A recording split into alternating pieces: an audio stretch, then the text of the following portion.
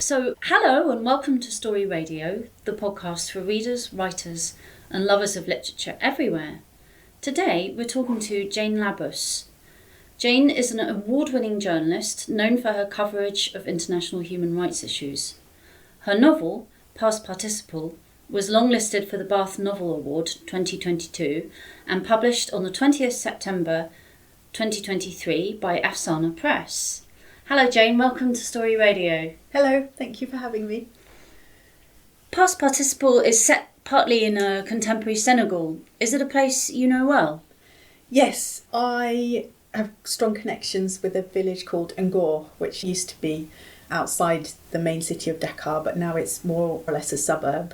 I first found my way there in 1997 as a young student, and over the years I was in and out of there a lot. I worked and lived there, so it's the very sort of deep-rooted personal and professional connection that I have to the place. What were you studying? So I studied French and English, and then we were offered as part of our French degree a year abroad, but because I'm part French, I'd spent a lot of time in France already, so my mother actually found a scheme run by the British Council offering teaching positions for students. So I applied and I got it, and it turned out to be one of those very life-forming experiences. The first time I'd lived away from home, the first time that I'd lived abroad, and it was, when I first went to Senegal, it was such a culture shock, and then I think it sort of rooted in my heart. It you know, good and bad, you know, I loved it, I hated it, and I just formed a very deep connection with the place. I ended up going back again and again. I met my ex-husband there, and we had a daughter who's half Senegalese. So I had a very varied experience because I've been an expat there, I've worked there as a journalist, but I've also obviously got enormous family connections there. And so I've had this very interesting experience of being a foreigner, but also in a family context. And for me, Ngor is, you know, sometimes my ex-husband has said, you know, it's your village. And I do feel that. I feel it's very a powerful connection. And when I go back there, you know, people know who I am, and it kind of feels strangely like home. And it is very much that place. It is very much Ngor. It's all about the sea. It's a place where, you know, everyone loves surfing and fishing and swimming. Ngor people are very, very good swimmers. I love swimming in the sea. A lot of Senegal isn't like that. You know, you could go into Dakar, in one of the more urban areas of Dakar, and that it's a completely different culture. So for me, Ngor was the place where I wanted to set Participle. It felt like that was the right setting for this book and the right setting for Lily as a character. Could you give us a little plot summary for our listeners, just to tell them a little bit more about the book and its setting? So yes, Participle is the story of a Senegalese lawyer who decides to investigate her brother's death 3 decades before in Dakar at the hands of the British diplomat's wife. So essentially it's a dual narrative told by Lily Tunkara, who is the Senegalese lawyer, and Vivienne Hughes, who is the British diplomat's wife. And it sort of leads you through Lily investigating that crime, and the two women meet, but obviously everything is not as it seems. And so it's also about their relationship and how they go from essentially being at odds and enemies to this strange sort of friendship of two women who are from completely different worlds, and the strands of the past and life that connects them. Great, thank you. Vivienne's narrative is set in mostly in Britain in the 1980s, and then there's also the medical trial in Senegal, which must have taken quite a bit of research. How did you approach that? Yes, so it's sort of two strands. So I think for me, Vivienne, first of all, when I started developing the book, I wanted to explore Vivienne's character as the diplomat's wife. And I know from the beginning, I didn't want her to be your standard diplomat's wife, as it were, who, you know, a cliche sort of woman. I wanted her to have something different about her, which was how that idea of the memoir came about, because I wanted to tell this story. Initially, you perceive her as Lily does, as this very sort of rather arrogant white woman, very privileged, lots of money, had this marriage and lived abroad, that kind of thing. But I wanted to show that actually, again, all was not as it seemed, and where she came from was completely different, and how she got into that life was completely different. And then as I was writing it, I'm assuming that most writers do this, I wasn't entirely sure what happened, and the idea of the medical crime came about as I explored Vivienne's character. So it sort of hit me, I think, I was a few chapters in, writing Vivienne and sort of finding my way through, as I think, a first draft is often about telling yourself the story, isn't it? So that's what I was doing. I was in Vivienne's head and going through, wondering what she was doing and following what she was doing. And then, as I do, I go away and think about it, slept on it, and had a little bit of a light bulb moment and thought, oh yeah, I think I know what I'm doing here. And then obviously after that was when I went and researched medical scandals relating to African populations. And there was this one very renowned case. It was a big pharmaceutical company. The Pfizer one. Who did the trials during a meningitis epidemic. And so it was based on that. And I didn't want to dwell on the technicalities of that. I didn't want to sort of go into sort of the pain of those children or anything like that. That's not what the book was about. But I used that as the premise for what happened in the novel. I'm trying not to give the plot away. Yeah. And Britain in the 80s, did you have to research that? Or, yeah, I mean, I don't know. I was kind of into the whole, I mean, I've lived in London a bit and, worked in and around Soho. And I was quite into that. I always feel Soho is quite 70s anyway. It's like, has that feel. So I kind of, I don't know, I sort of felt it. I did research. I had a very clear image in my mind, actually, of what Vivienne was like. She was essentially, a call girl, and she'd come upon hard times, and she was trying to make life work. And I just had a very clear image of that and how she met her husband. And I've done a bit of internet dating myself, so I used that. I don't think it's changed particularly much over 3 decades. So, and I actually really enjoyed writing her memoir. I enjoyed taking her from the image of one woman to quite another, and I enjoyed that as a writer. Going on that journey with her, and exploring her personality and. Yeah, I found that really enriching, and I felt the book needed that to make her a fully rounded character. Yeah, because we get Vivienne's narrative in 3 modes, don't we? We get her conversations with Lily, we get her memoir, and we also get her own reminiscences. So it kind of gets quite tricky, doesn't it? Kind of delivering us a narrative in that way, and which bits of information you supply in which mode. How did you approach that? Yes, interesting, because again, it's strange, isn't it? When you're writing, I don't think you're as aware of what you're doing as when you look back at it. But I think there are 3 distinct ways that Vivienne tells her story, and ways in which she is reliable and unreliable as a narrator. So the first part is obviously it's close third person, so she's just going about her life now. And then the memoir is very much, she's telling Lily a story, but she is very consciously telling that story to Lily. So she is unreliable, she's omitting things, she's not giving her everything.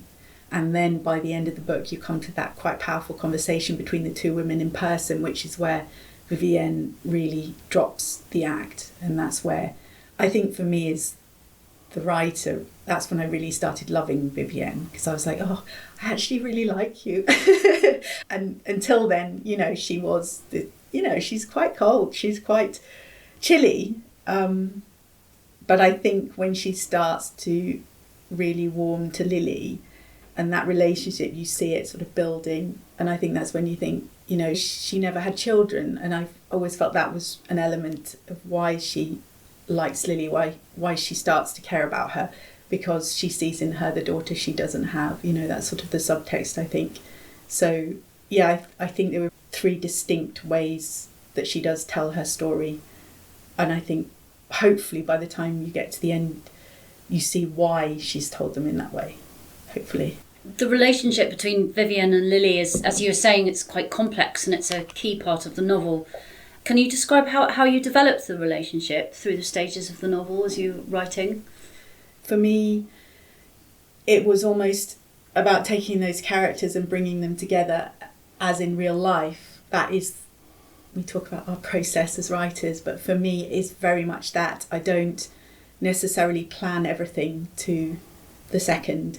I know in my head where the story's going to go, but it's not until I get those characters on the page that I know what they're going to do. It is almost like they take over, and it's difficult to explain that, I guess, but they sometimes go in directions that you didn't expect, and obviously sometimes you have to edit that back to where you want it to be, but sometimes it's actually where it's meant to go.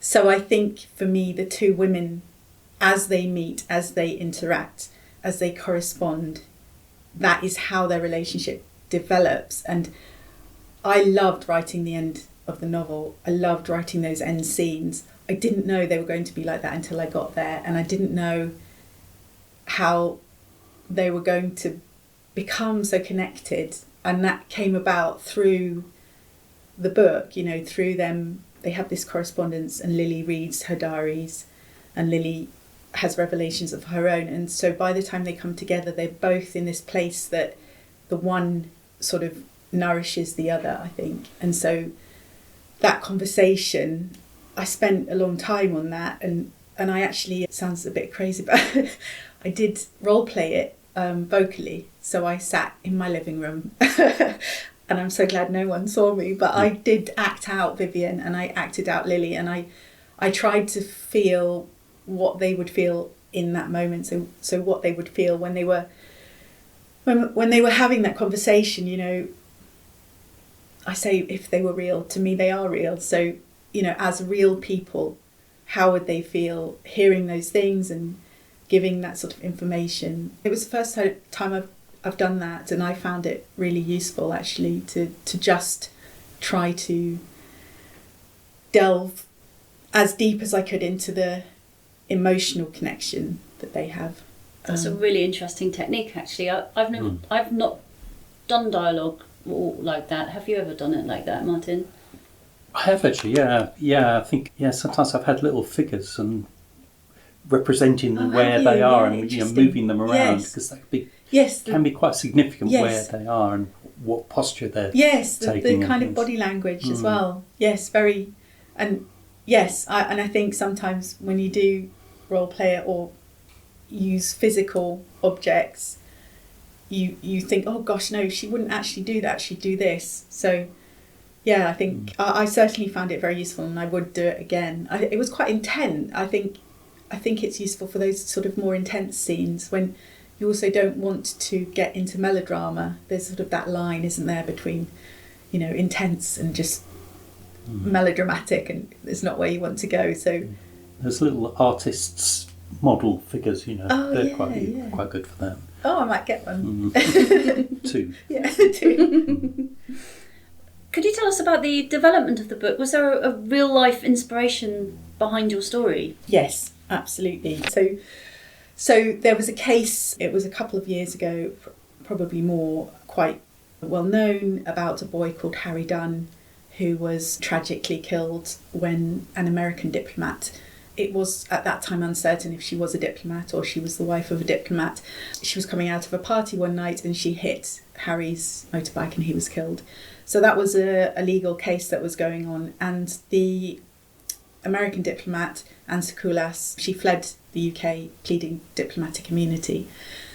So there were all the elements of that I found very compelling. I remember following it on the news. One, the idea that this diplomat's wife had killed a boy, but you didn't hear from her, there was no voice.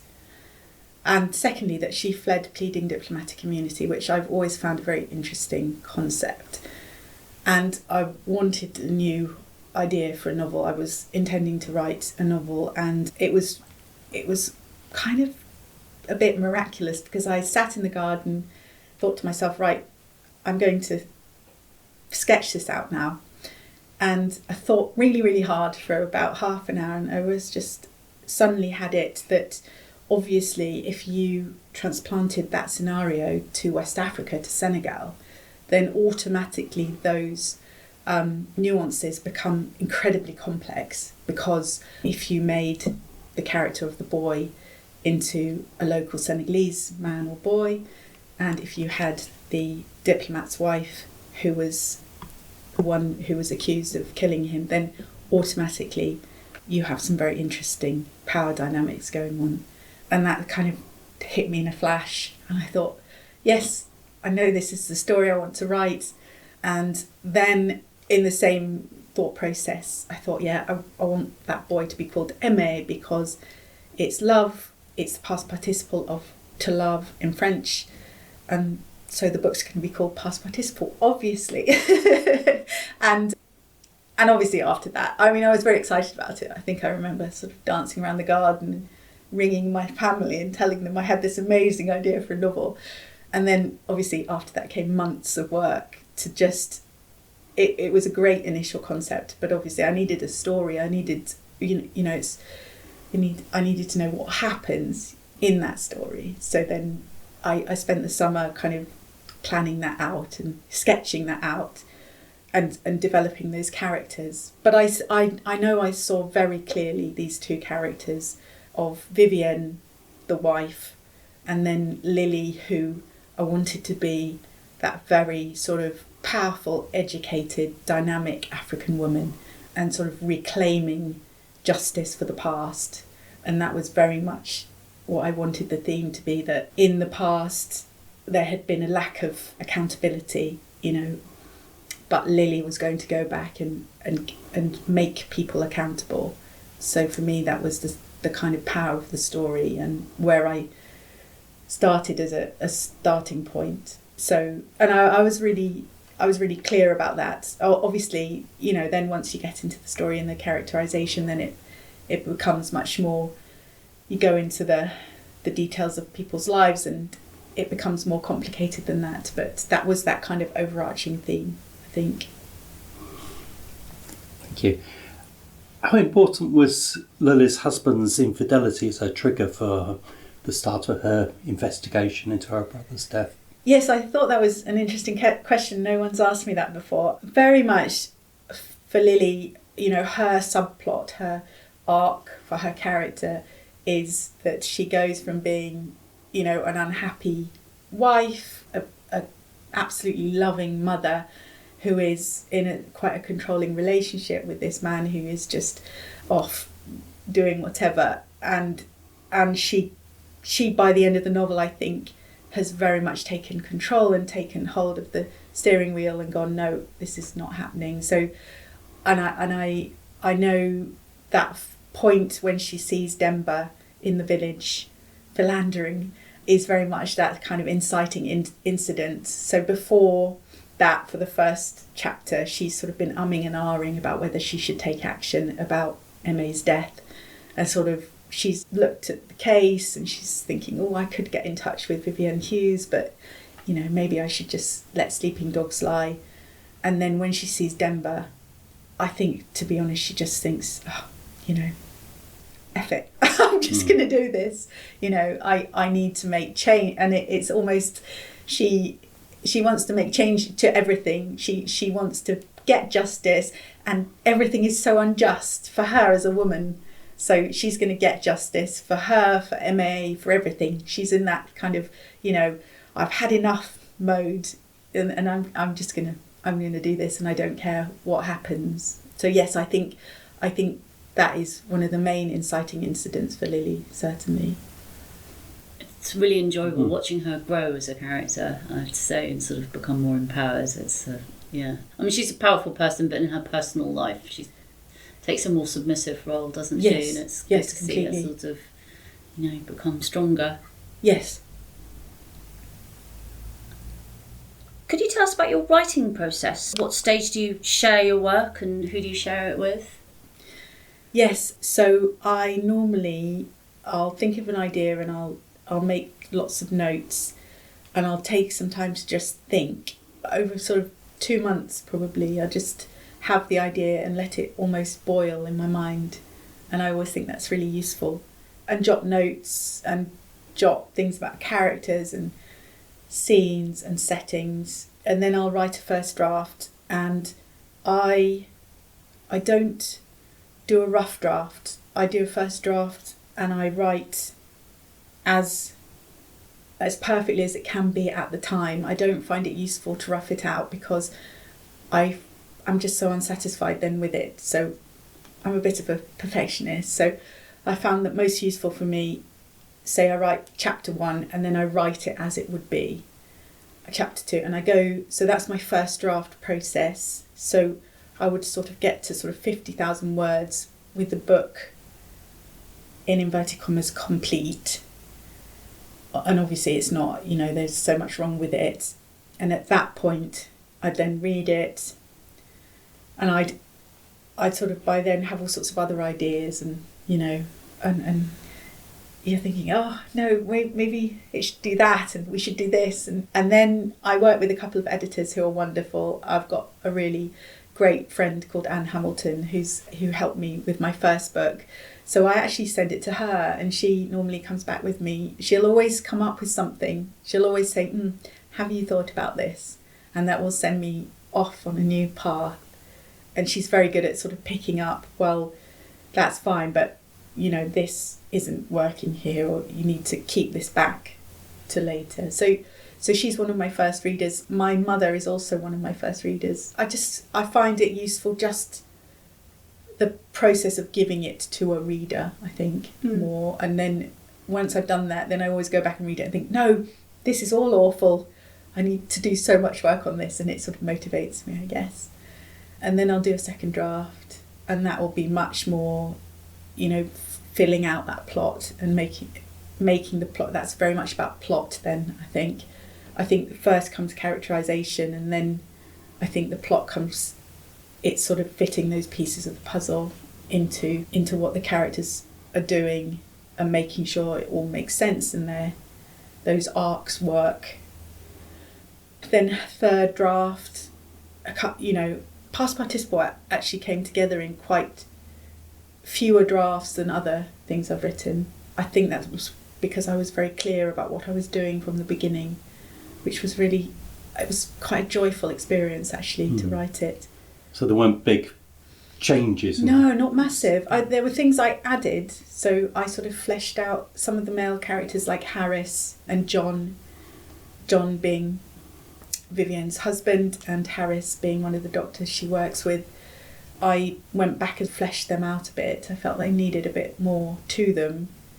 But no, it was quite... It was strange. It almost sort of just... Those characters just wanted to be written, I always felt, which was, for me as a writer, quite magical. Like, you always sort of dream of that happening, and I definitely think that happened for me in Past Participle. And then, I think after... Then I had a final draft and I ran it by a couple of editors. I got a wonderful editor called Claire Strombeck on board, and she was just so enthusiastic about it. And I think she gave me real confidence because she loved it. And so then another edit after that one, she'd sent me back notes, and then it was kind of there. So I would say it was easier, certainly, than the first novel I wrote, which, was just, as all first novels are, rather tortuous. But this one, I think, it sort of not wrote itself, but it fell into place, I think. I get you. I found the end surprisingly upbeat and positive. Does that reflect your own feelings about the current state of affairs in Senegal?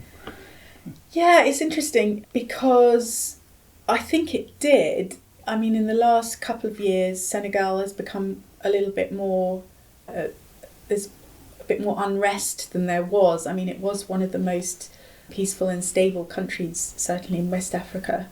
in the last year there have been quite a few problems, political unrest and such like, including in Ngor actually.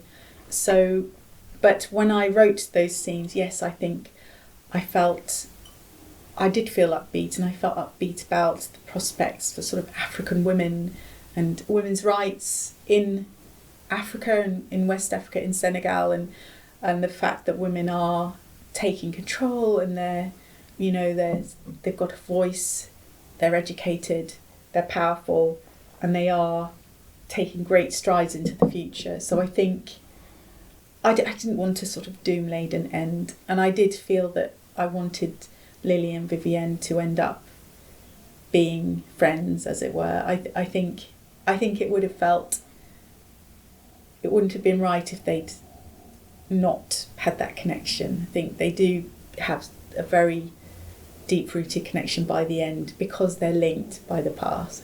Again, I'm trying not to give the plot away. So yeah, I love Senegal. I didn't want to fall into the cliches and the stereotypes of Africa. I set out from the beginning, when I thought of the idea, to write a book that turns those on its head.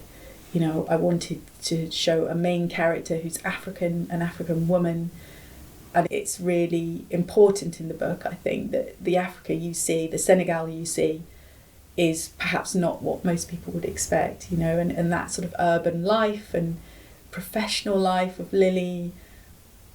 So yeah, obviously there are lots of political issues and problems, as there are in the UK, but this wasn't a book about that. I think it was about showing that this kick-ass Senegalese lawyer can save the day in a way, so yeah, and she kind of did. Can you tell us a bit about the publishing process with Afsana Press and any activities you've been involved in to promote the book? I know it was longlisted in the Bath Novel Award, but perhaps there are some other things as well that you've been doing. Yes, so I feel it was kind of meant to be with Afsana Press. So I'd had so many rejections. I'd really got quite demoralised with the whole submissions process to agents. I was sort of in that classic thing that writers have, where they're told one thing by one person and one thing by another that's the complete opposite.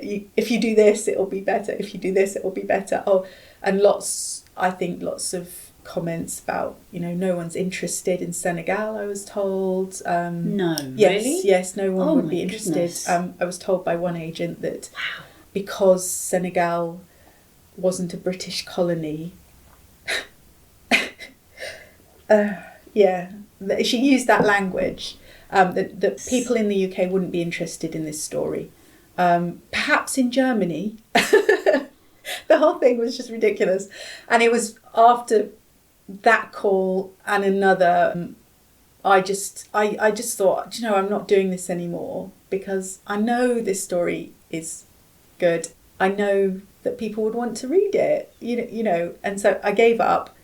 And then I was talking to a designer friend, and they said, I've been working with this guy, Goran. He's setting up a publisher, and he's a really nice guy. Why don't you send it to him? And that was that, really. And that I had a meeting with Goran, and he was just so delightful and so literary minded. He clearly just cared about the literature and cared about stories and cared about getting them out into the world no matter what, and against this sort of wave of commercial literature that is the state of the industry at the moment. And I think it was kind of serendipity, I guess. So it's been a pure joy to work with them. So we had a couple of launch events which were wonderful, and I've also had some wonderful support from the Bath Novel Prize, who were just so lovely. That we did an interview, and they've been very supportive on social media, sort of tweeting about the book and publicising it that way. So that's been wonderful, and I've been so grateful for that. And I've spoken to a Dorset magazine. That was very lovely to do an interview with them. And I've been trying to do social media, but I'm not very good at it. And it's so time consuming. And I find it, if I'm honest, I find it quite intrusive, both in terms of showing myself to the world, but also in my head. It sort of gets in my head and then I'm thinking about it. And particularly if I write something on there, then I'm thinking about it and I need to change it and edit it because I love to edit. So that applies to anything I post as well. And I do find it sends me into a bit of a turmoil. So I actually find it quite difficult, although I do try my best. And I think it also puzzles me how to express something which is mainly in one's head. So, you know, all my work essentially goes on in my head and on my computer.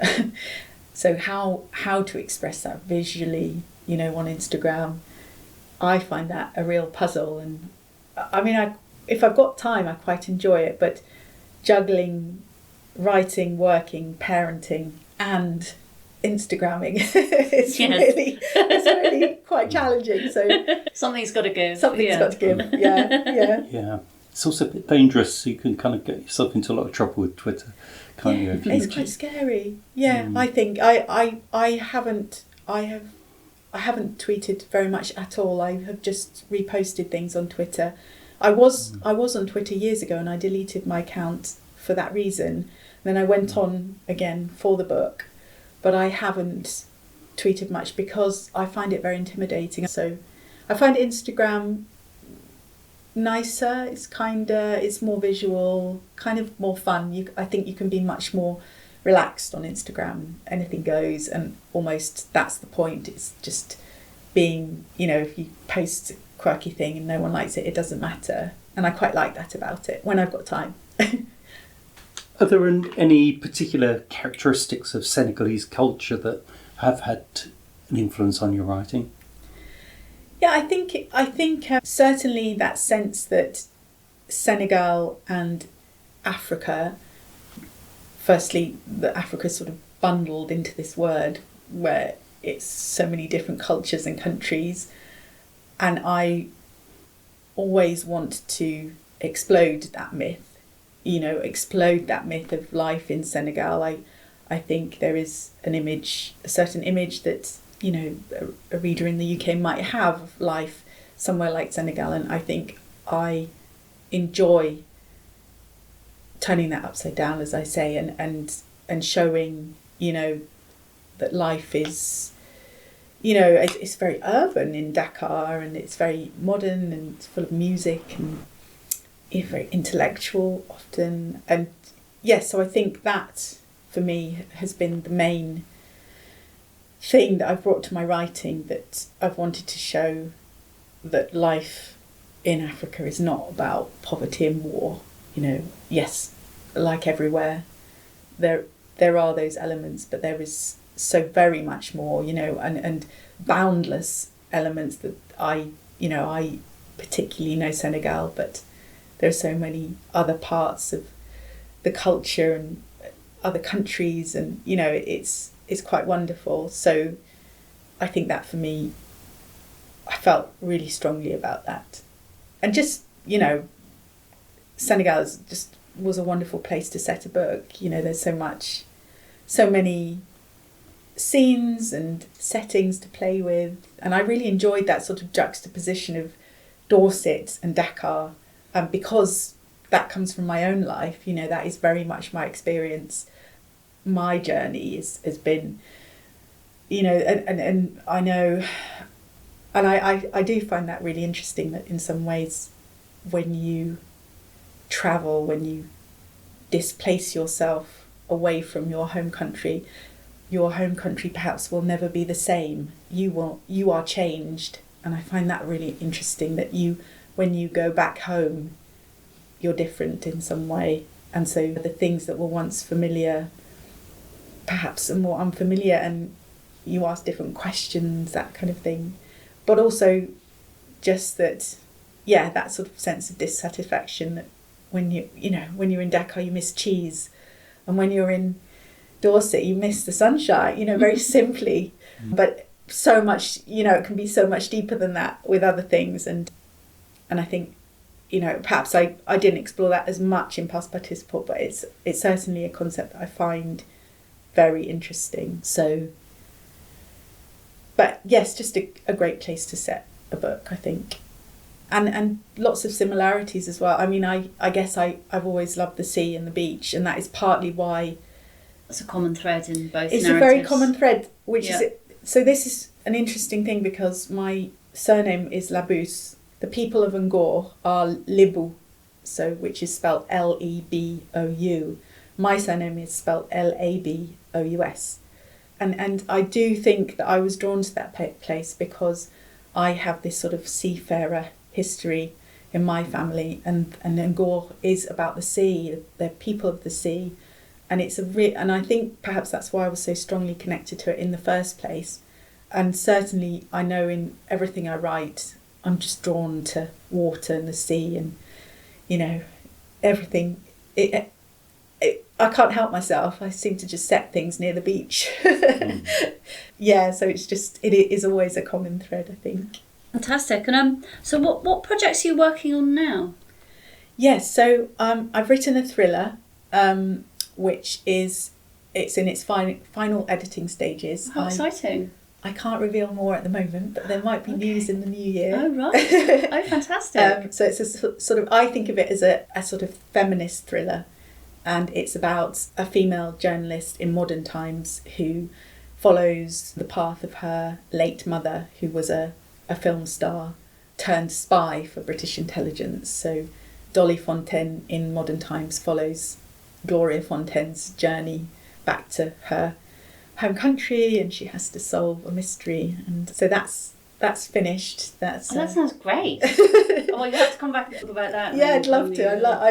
I love Dolly and Gloria Fontaine. They absolutely live for me, and I'm quite excited about bringing them to the world, actually.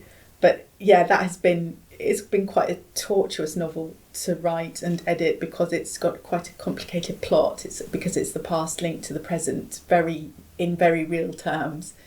So that's one, and then I'm writing another now that is set in northern France, which is where my family roots. And I'm quite excited actually about exploring that side of my identity, because for me that's a place I've pretty much grown up there in many ways. I've spent pretty much every summer there since I was born, and my grandparents lived there. We've got a house there that we go to every summer, and that it's a very, very beautiful place, a very evocative place for me in so many ways. Lots of history, lots of family history.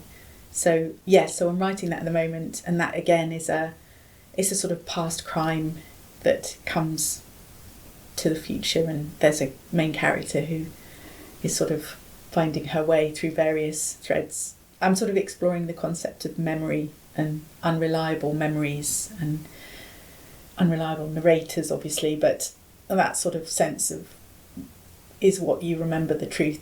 I find that quite fascinating. So I'm reading lots of books I'm reading The Man Who Thought His Wife Was a Hat by Oliver Sacks, and a few other bits. Yeah, I find it a really fascinating subject, actually. So so I'm enjoying that. Yeah. You find you have to plot things out much more rigorously than maybe you did with... Yes, exactly. Yeah. I mean, I'm not, I'm on that journey. I'm exploring along with the main character at the moment, but I'm getting there. Yeah. Yeah, you can get yourself in horrible knots if you don't with that style of fiction. Yeah. Fantastic. Oh, well, that sounds wonderful too. Well, so lovely to meet you, Jane, and thank you so much for talking to us about your novel and Story Radio. And the novel's out now, and it's available at all good bookshops and online. So thank you so much. It's been lovely to meet you and talk about Past Participle. Oh, thank you so much for having me on. It's really nice. Hello, I'm Jane Labous, and I'm reading from my novel Past Participle. I'm going to read 2 extracts from each of the main characters. The first is Aimé Tunkara, and the second is Vivienne Hughes. Lily walks back through the tranquil passageways of the village, where the earth and plaster walls are burnished gold now in the setting sun. How to persuade Bakri Bar to talk, if he ever will. No doubt he's scared, but of what, and of whom? And why does the death of a man killed 30 years ago, seemingly unrelated to Bakri, and when he himself was only a teenager, still prey on a grown man's mind? Lily's own mind wanders to Aimé, dead now for 30 years. 30 years! She sees him in the photograph again, broad and handsome, sunlight glinting from his wet skin. How vital he was then, how athletic and alive. Her big brother would have been a man of 54 right now, a grown adult who would have already lived a whole life, a job, a wife, a batch of children probably, and a bunch of mistakes, like any normal human being. Instead, Aimé Tunkara is in the ground, bones and earth beneath the whispering acacia trees of the village cemetery. The savage thought upsets Lily. She does not want to dwell on the morbid image, but her mind insists. J'aime, j'ai aimé. I love, I loved. Aimé would never, could never, be more than a past participle. Now that was tragic. Doesn't her brother deserve justice, even ad memoriam? There again, maybe she should just let sleeping dogs lie, as the British would say. Aimé is dead, an entire life wasted. But should it really fall to her, the sister, to make up for the wrongdoings of the past? Lily shakes her head with a perplexed expression, turning off down a back alley towards the car. As she does, she glimpses a familiar male figure. At least he looks very familiar. Back turned, swerving off with a furtive bearing. Like a stray dog, thinks Lily, sloping off with a prize chicken in its jaws. He turns left, into a tapering pathway leading to one of the dwellings on this side of the village. Forgetting Bakri Bar for a second, Lily hesitates, her mind abuzz, then carries on with cautious steps to the opening to the pathway, where she peers tentatively around the corner. How ridiculous to behave like a detective, she thinks, leaning with an awkward bend of her neck and adjusting her focus to the dim shade of the back street, enclosed on both sides by other buildings. Is it? Surely she's imagining. Good God, it can't be. Her heart jumps. She misses a breath, then gasps for air with the next. Her husband, Demba, stands in the doorway, broad shoulders bent frontwards. He wears a smart, European-style shirt and jeans, with his best open leather sandals. Lily can hardly breathe. Dry-mouthed, her heartbeat slows and thumps. From the interior, another person, a woman, extends bright painted hands, coral, if Lily isn't mistaken, and puts her arms around Lily's husband's waist. In a flash, Demba is pulled inside, as if the dog himself has been drawn into the jaws of a hungry crocodile. Now I'm going to read from Vivienne. Viv sips the tea, thinking about the wake that afternoon, where old friends swarmed to offer their condolences. So sorry, old thing. Lovely chap. Lovely chap. There were Fuzz and Miles McFlannery, a few others from London and the embassy days, all the old lot from Senegal. She'd been half expecting Harris to turn up out of the blue, but in the end, to her great relief, he'd stayed away. So she'd smiled dutifully and kissed cheeks, offered smoked salmon blini and cups of tea, trying to achieve the required funereal balance between grieving widow and sociable hostess, holding it all together in the face of extreme difficulty. The guests in their dark suits joked and bantered in a way she found aggravating, distasteful. Yet when she failed to cry at the sight of John's coffin lowered into the earth, the same individual's disingenuous stares were hot as flames. Now she's alone. Thank God. It's over. Viv finishes the tea and turns on her laptop, which pings with an influx of emails. She puts on reading glasses, leaning in with curiosity to read a message near the top of the stack, entitled Making Contact. She registers the name of the sender, and her heart stutters. Dear Vivienne, she reads, My name is Lily Tunkara, and I'm a lawyer based in Dakar, Senegal. Years ago, my older brother, Aimé Tunkara, was killed in a car accident. I'm keen to talk to you and your husband, John, about what happened that night. I wondered if I could give you a ring on the telephone. Best wishes, Lily Tunkara. Oh, Lord, thinks Viv. That was Jane Labous reading from her novel, Past Participle. If you've enjoyed listening to our podcast, please consider supporting us on Patreon, Ko-fi, or donating by PayPal. Thanks for listening, and see you soon.